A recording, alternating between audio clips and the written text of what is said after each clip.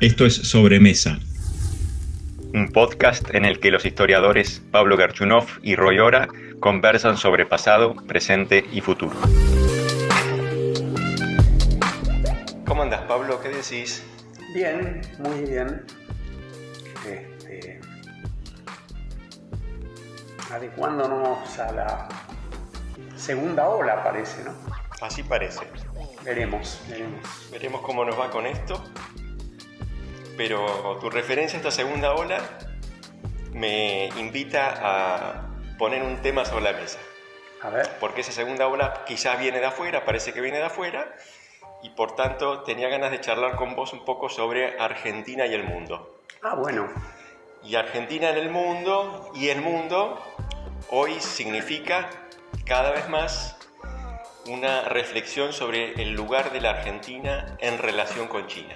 La potencia ascendente, la potencia que en el último cuarto de siglo ha venido creciendo en importancia, opacando, desplazando, podemos discutir un poco eso, a Estados Unidos y por tanto planteando una serie de interrogantes respecto a cómo se tiene que parar nuestro país frente a un mundo en transformación. Entonces te invito a charlar un poco sobre esto, a ver cómo lo ves. De acuerdo. Voy a usar tus dos palabras que acabas de decir, que es China opacando y desplazando, que hacen referencia a opacar y desplazar a Estados Unidos como potencia hegemónica, como la potencia predominante a escala mundial, ¿no? Hay antecedentes de esto y podemos hablarlos en todo caso a lo largo de la charla, pero yo tengo la impresión de que en la Argentina, en algunos sectores del gobierno particularmente, en algunos sectores del kirchnerismo, hay algo parecido, diría yo, a un apuro para dejar saldada la cuestión. China es la nueva potencia. Y hace unos días yo, justamente, mira, a propósito, sin tener que ver con esto, miraba unos números sobre qué era China en relación a Estados Unidos. Y todavía Estados Unidos tiene un Producto Bruto per cápita casi 4 veces el de China. Y si uno hiciera el ejercicio de que termina la pandemia y desde entonces en adelante ambos países crecen como crecían antes de la pandemia, China alcanzaría el PBI per cápita de Estados Unidos dentro de 25 años. 25 años, sí, en 2045. Quiero contarte dos reacciones que tuve cuando vi esos números. La primera reacción es, falta mucho. Y la segunda reacción es, qué poco falta. Quiero decir, qué rápido va China, ¿no? Sí. El qué rápido va China tiene un problema que vos conocés muy bien, y es que es muy difícil que China pueda seguir creciendo como creció en esos 20 años. Y de allí venía entonces, aparece la idea de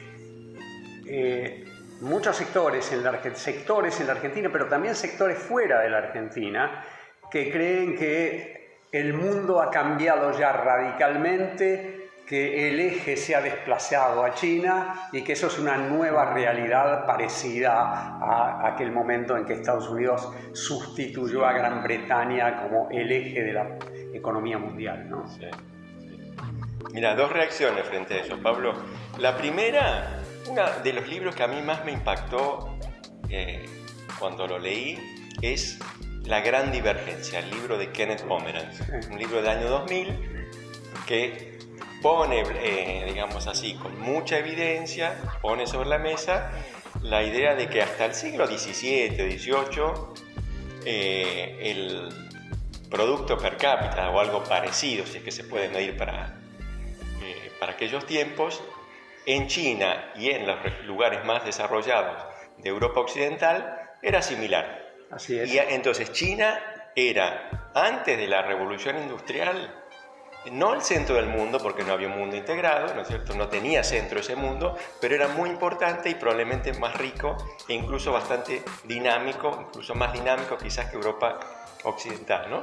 Entonces, el hecho de que eso fue muy, muy importante, causó toda una revolución en la manera de concebir la historia global y demás.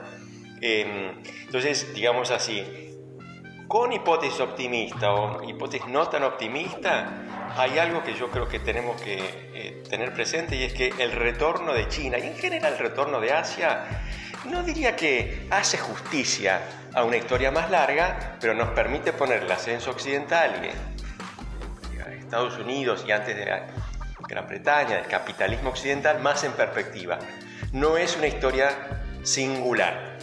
Marx y Weber se equivocaron en decir los occidentales son distintos y siempre van a estar arriba, tienen recursos para organizar su economía, un tipo de pensamiento que los hace distintos y superiores. No hacía falta protestantismo. No, otras cosas también son decisivas para explicar el crecimiento, y parece que en Oriente eso también está. Entonces, esta primera cuestión, ¿acá se está haciendo justicia o no sé? Pero por lo menos vamos hacia un mundo mucho más equilibrado, donde la singularidad occidental se va a ir perdiendo. Eso a mí, te confieso, no siempre me resulta satisfactorio en una serie de planos, porque me identifico con los valores de nuestra sociedad, ¿no? Pero tomo tu tema, la idea de que quizás estamos apurando demasiado el juicio, cerrando un juicio sobre un proceso que todavía está en curso, y que otras experiencias anteriores nos han mostrado que no necesariamente un ritmo de crecimiento tan acelerado como el de la China de las últimas 2 décadas es fácil de mantener en el tiempo, ¿no? Y entonces ahí te invito a mirar un poco el ascenso americano, ¿no? Primero el británico y el ascenso americano. Me quedé, sin embargo, y después vamos al punto del ascenso americano, me quedé con La Gran Divergencia. Es un libro del año 2000. Esto es un libro que todavía no había percibido lo que iba a ocurrir. Sí. Quiero decir, esto de lo que estamos hablando es posterior a ese libro que tanto te impresionó. Sí. ¿No? En el año 2000 China ya venía creciendo fuerte, pero a nadie se le ocurría que era un challenger, que era un desafiante importante para el mundo occidental, ¿no? La verdad que yo la primera vez que noté que en Asia ocurría algo fue en el Campeonato Mundial del 2002. ¿Por qué me tengo que levantar tan temprano para ver los partidos? ¿No? Eso algo está pasando. Pero sin embargo eso era más bien Japón, podemos referirnos a Japón, ¿no? Y tu invitación a pensar el tema del ascenso, creo que dijiste el ascenso americano y algo más, ahora me olvidé qué otra cosa dijiste. Me voy a referir al ascenso americano. El ascenso americano con sus particularidades a mí me hace prestar atención al siguiente punto. No se trata solo del PBI per cápita. Se trata del PBI per cápita, de la capacidad de innovación tecnológica, pero se trata de un punto que no tiene que ver con la economía, que es la vocación y la decisión de ejercer el poder. Y digo esto porque Estados Unidos, entre el momento en que se convirtió en una potencia en términos de los números a la Madison, desde el momento en que eso ocurrió hasta el momento en que finalmente tomó casi arrinconado la decisión de ejercer un poder internacional, un poder mundial, pasó bastante tiempo. Yo diría, no sé si vas a estar de acuerdo conmigo, al menos desde la Primera Guerra Mundial hasta comienzos de la Segunda Guerra Mundial, ¿no? Sí. Si no más, ¿no? Si no, no digo porque hay un Roosevelt que, bueno, decide, bueno, acá tenemos que hacer algo y hace un giro, ¿no? Sí, claro. Yo diría, dejando un poco el caso de Inglaterra aparte, porque por ahí nos lleva demasiado atrás, ¿no? Pero si uno se para en 1910, ya la economía americana es muy grande, pero los que están mirando el escenario dicen, ¿quién va a desafiar a Gran Bretaña? Probablemente sea Alemania. Todavía se decía eso. Se decía eso, ¿no? Y el azar dijo no, y la guerra sobre todo, ¿no? Así es. En 2 ocasiones tronchó ese ascenso.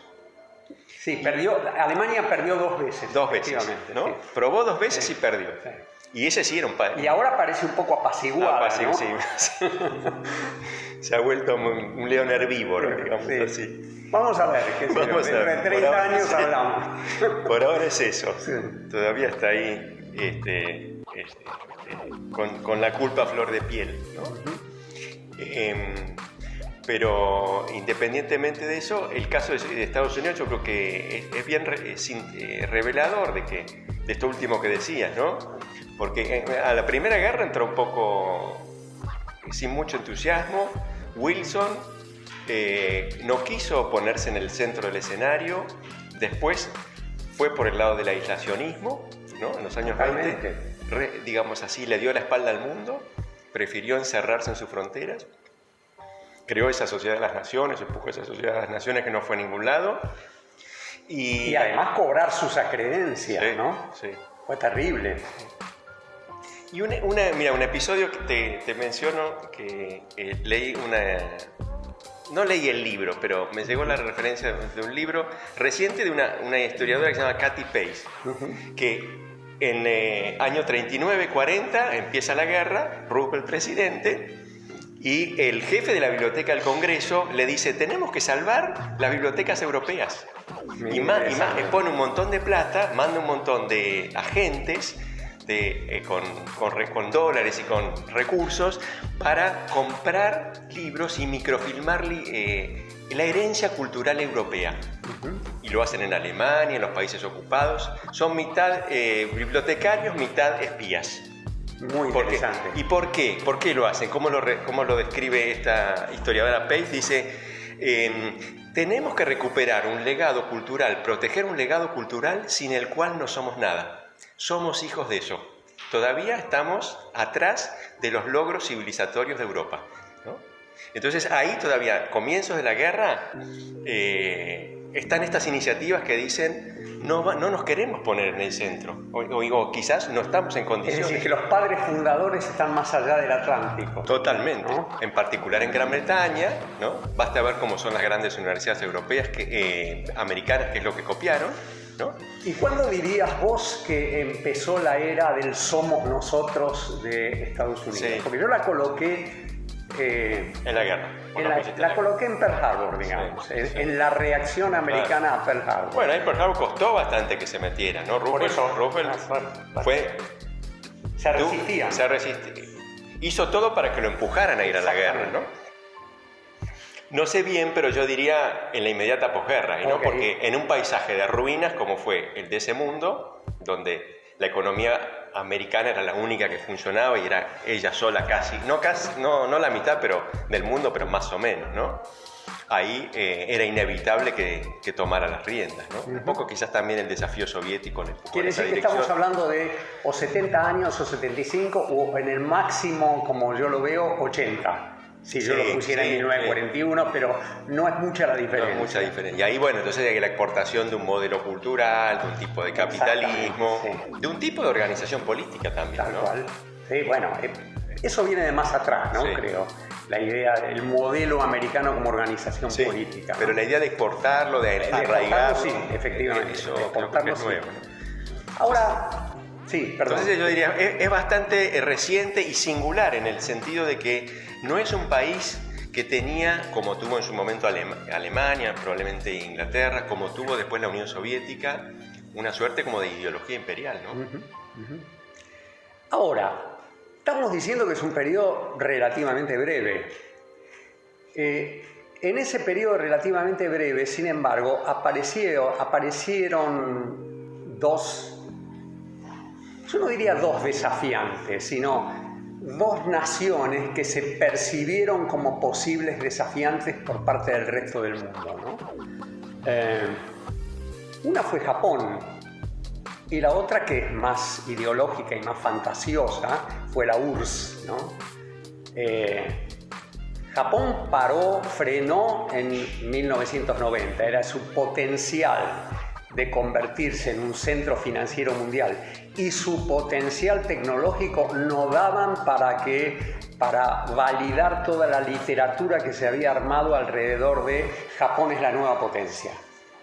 Al final, exagerando un poco, se llegó a decir, no, solamente copiaba autos y los hacía más chicos, ¿no? La URSS es más una fantasía, ¿no te parece? Sí, sí. Sí.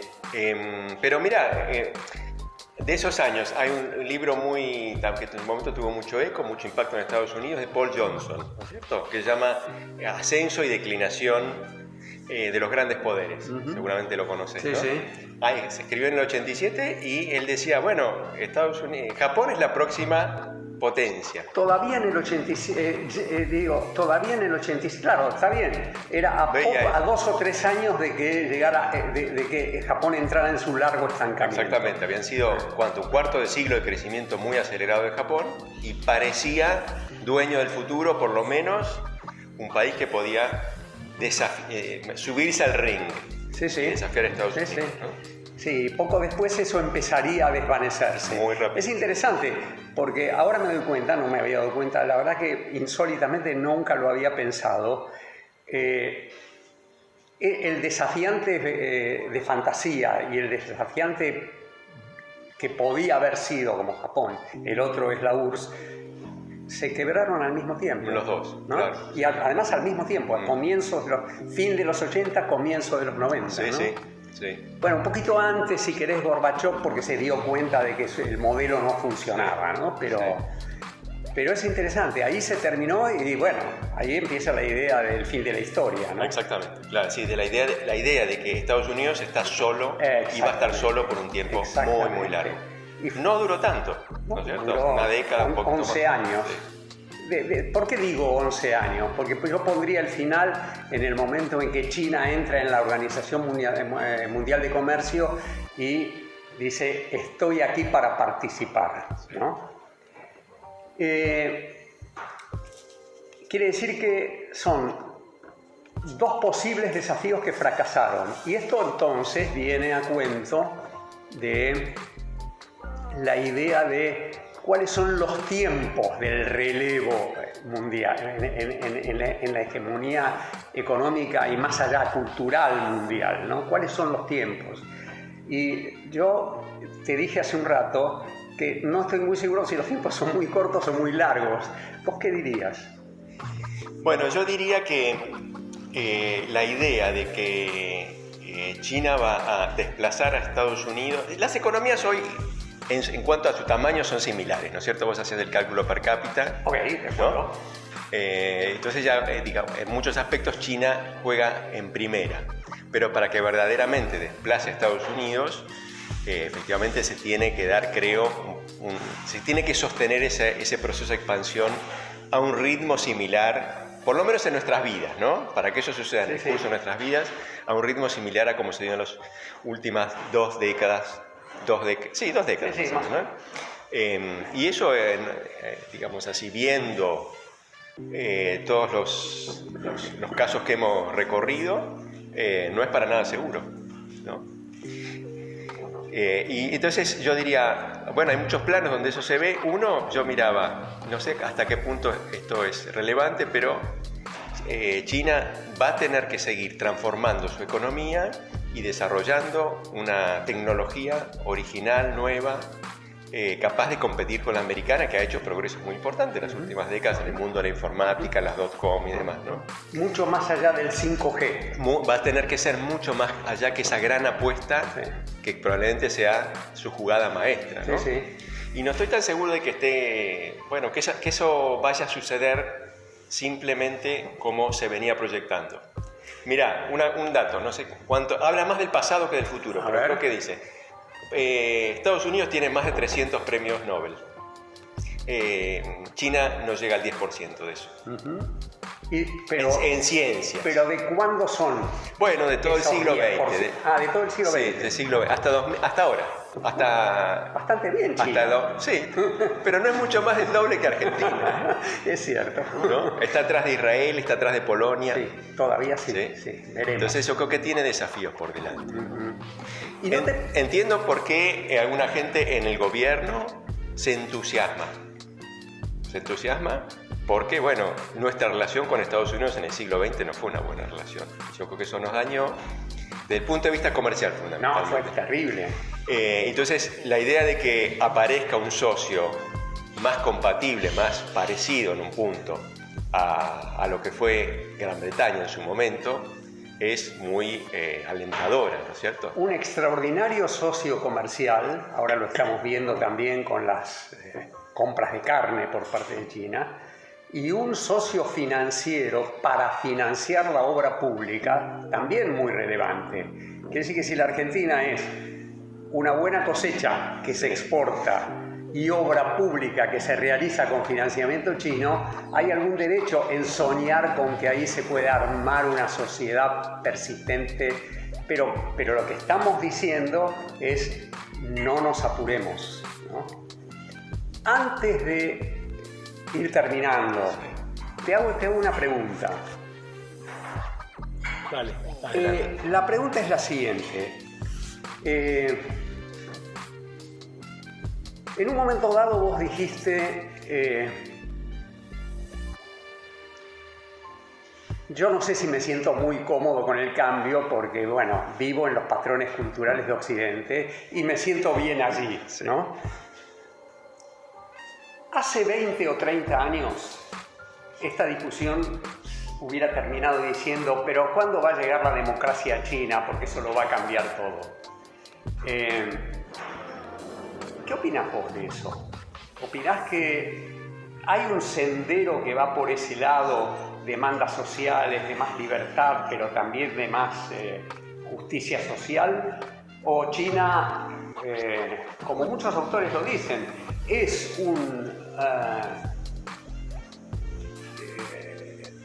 experimento de otro tipo, que puede persistir como experimento autoritario y modernizante durante mucho tiempo? Sí. Yo me inclino más por esta segunda visión. Y tengo que decir que la evidencia para inclinar por este lado es muy endeble, que se basa sobre todo tuya? La mía. Sí. Es digamos así, una posición que se basa en experiencia. Y que sabemos los historiadores, la experiencia personal suele ser mala consejera. Tiene que ver con el hecho de que estuve en Japón, no estuve en China hace poquito, pero las sociedades orientales me resultaron muy distintas, ¿no es cierto? Y me parecen poco permeables al tipo de valores, al tipo de demandas, al tipo de vida pública que caracteriza a Occidente, que hace distinto o para nuestro gusto hace más agradable el mundo occidental, ¿no? Entonces quisiera terminar con una nota, digamos así, de moderación en cuanto a la validez de mi juicio, mucho más dominado por la experiencia que por el conocimiento. Te diré, efectivamente, para rematar esta charla, Roy, que yo quizá estoy en la posición opuesta a la tuya, pero lo mío es justamente todo lo contrario que la experiencia. Lo mío es libresco. Digo, lo mío es una secuencia que me construyo analíticamente pensando que las sociedades finalmente terminan en una demanda de libertad y que yo no puedo decir nada definitivo sobre China, y le digo a los amigos en la Argentina, no digan nada definitivo sobre China hasta que eso que yo creo ineludible no ocurra. Ahora, tu experiencia debe estar equivocada y mi actitud libresca también. Sí, ok. Bueno, veremos. Roy, más adelante. muchas gracias. A vos, Pablo. Hablamos. Un abrazo, Pablo.